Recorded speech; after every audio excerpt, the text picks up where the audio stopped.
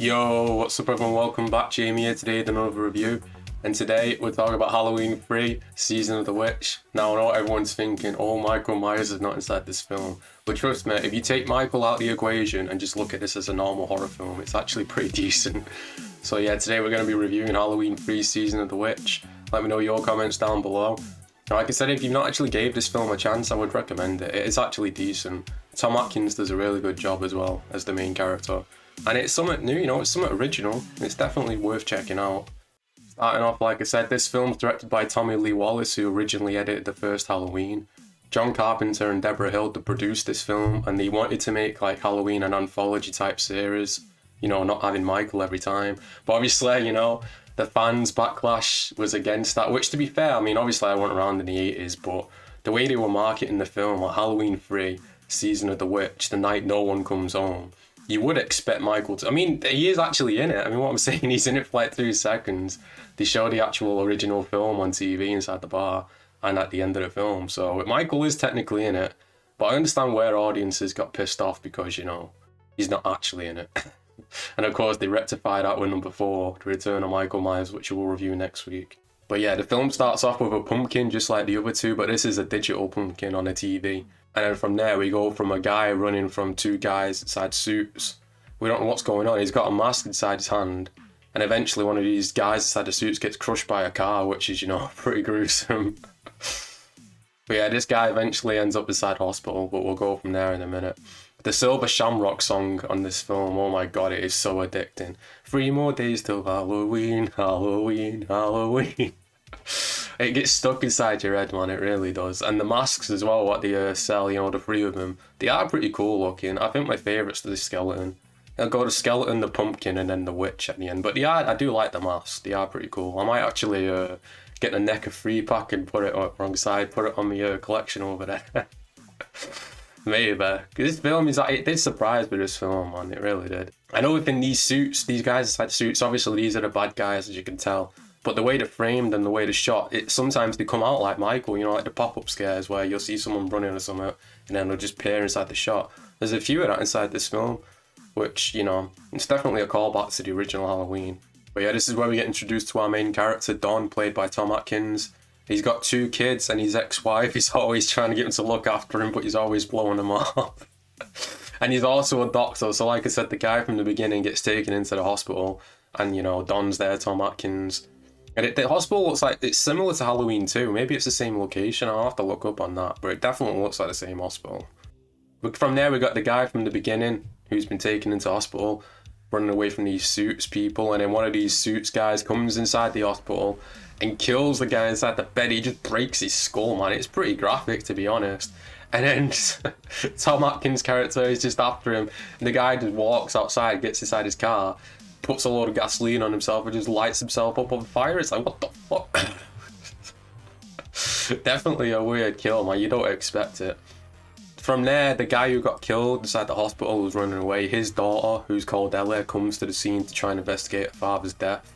And, Tom Atkins helps her find out because, obviously he wants to find out the truth, but you can also tell, he does like this girl. Also, he's inside the bar when they first decide to, help each other, and he sees Halloween on the TV and he's telling the guy to change the channel. But that's the first sign of Michael Myers inside this film. We're not going to get a lot, but there's the first sign of him right there. So yeah, he agrees to help Ellie find the guy, find out what happened to her dad, but also he cancels on his kids again because his wife phones him up and he's like, I can't take care of him. So he takes his bait and he just runs off with this Ellie girl to go to a different town.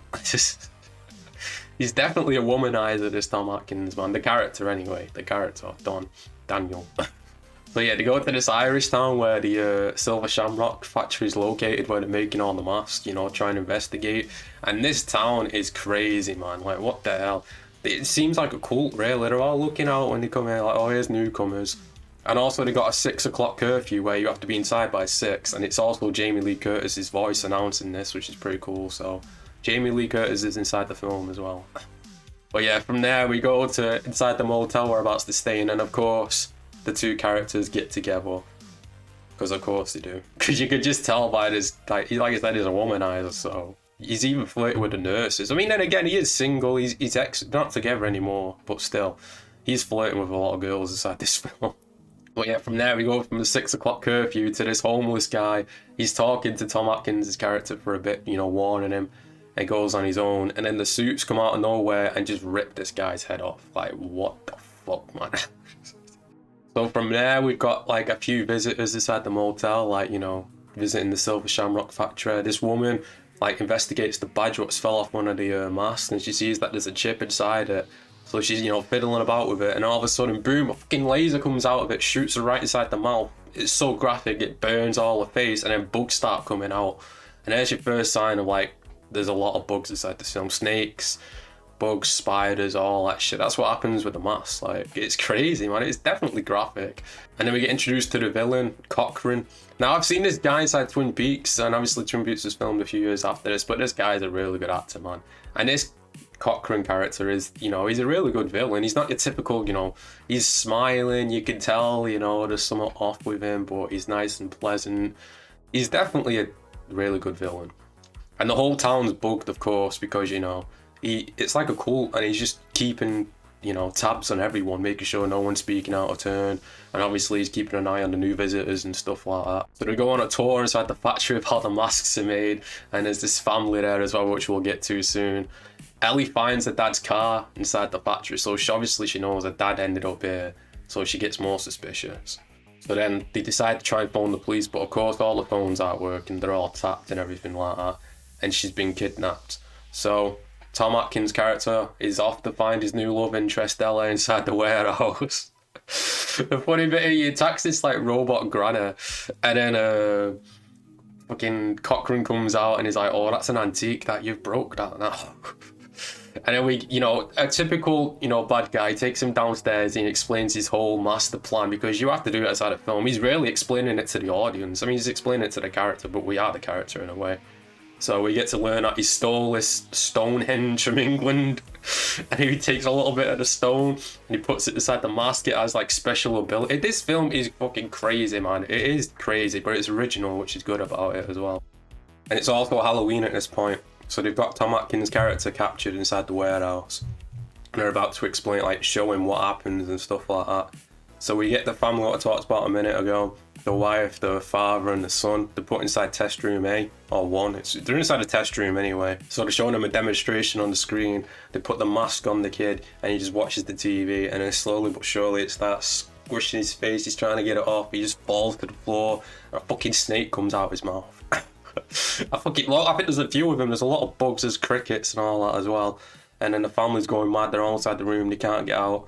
And Tom Atkins' character's forced to watch this. It's really crazy, man. This film is batshit crazy. So then we get a montage of like kids across America all going to shops, getting the masks, and, you know, making sure to get home because it's Halloween night now, and the big presentation's on at 9, and Halloween's being shown before it.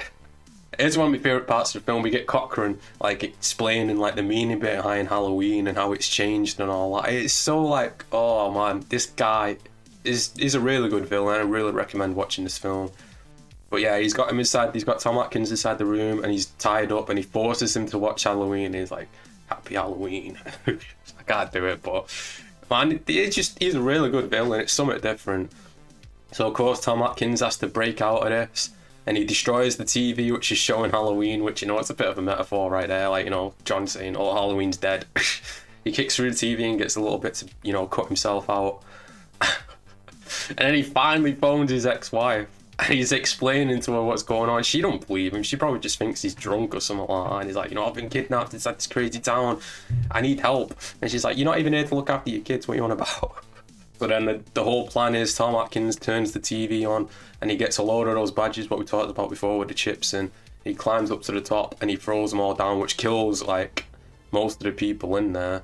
I mean, like I said, this film's not straightforward. It's not just, you know, simple. It explains some stuff. You have to do some thinking for yourself as well. And we get Cochrane's final appearance. He's slow clapping like that. He's like, well done. You beat me. And then his head just goes massive, like, and it's like, what the fuck? So he's dead. So now we've got the main characters, Tom Atkins and Ellie the girl. They're driving back, but here's the big twist. while Ellie's been kidnapped, they turned her into it all. The suits are like robots. Like, I didn't mention this, but like when they die, they have like yellow stuff come out of the mouth and stuff like that. But yeah, the twist is that Ellie's one of these robots, and she, you know, turns the car over. They get out and start fighting, and then eventually he takes her head off. So she's dead. No love interest for him. I mean, I guess he's still got his ex-wife at home, maybe. And then we get to the final act of the film, which mirrors the original, like, part of the film where that guy originally running into the gas station trying to get away from the suits. Now we got Tom Atkins running into the same gas station looking for help, and you know the TV's on and the gas station assistant's there, and the three kids we've seen before with the mask on come and trick or treat, and one of them comes in with the TV's on, and they come in and they start watching the TV. So Tom Atkins is on he's on the phone. He's like, "You got to turn these stations off now. It's killing kids. You got to stop." And there's 3 stations, so he gets the first station turned off, and then the second. And he's like, you got to turn the third one off. Stop it! Stop it! Stop it! And that's how the film ends, with him screaming, "Stop it!" We don't know if the third station got turned off or not. So, I mean, it's a really dark situation if you think about it. If you didn't turn that third station off, all the kids across America are dead. They're all dead. If they're wearing the silver shamrock mask, they're dead. That is a dark ending right there. I'm like, holy shit. And a few kids actually die inside this film as well, which is, you know, a bit taboo these days. You don't really see that inside the Hollywood horror films we get these days, like The Conjuring and all that shit. But seriously, man, like Tom Atkins has said in interviews that he thinks the character stopped the third station, but I don't know, man. I don't think he did stop it. Another thing I didn't mention is the score. The score is so good. It's done by John Carpenter, of course. There's like, it sounds sort of like Halloween, but it's obviously its own thing. It's definitely 80s, but some of the tones and beats definitely similar to Halloween. But you know what, overall, this has been my review for Halloween 3 Season of the Witch.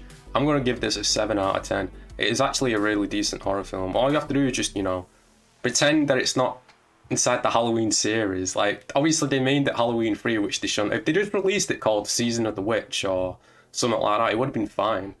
But it's the fact that it's called Halloween 3, which is the main problem. But this film is actually really good. Like I said, just watch it. Don't expect Michael. Just watch it randomly, you know. It's its own horror film. It stands up. It's, you know, by itself. And see what you think. I'm going to give it a 7 out of 10, like I said. It is really, really good. So yeah, it's going to be my review for Halloween 3. Let me know what you think down inside the comments. Click like as well. It really helps out. And subscribe if you haven't already. Next week, we'll be reviewing Halloween 4, The Return of Michael Myers. Until then, peace out everyone, thanks for watching, in a bit.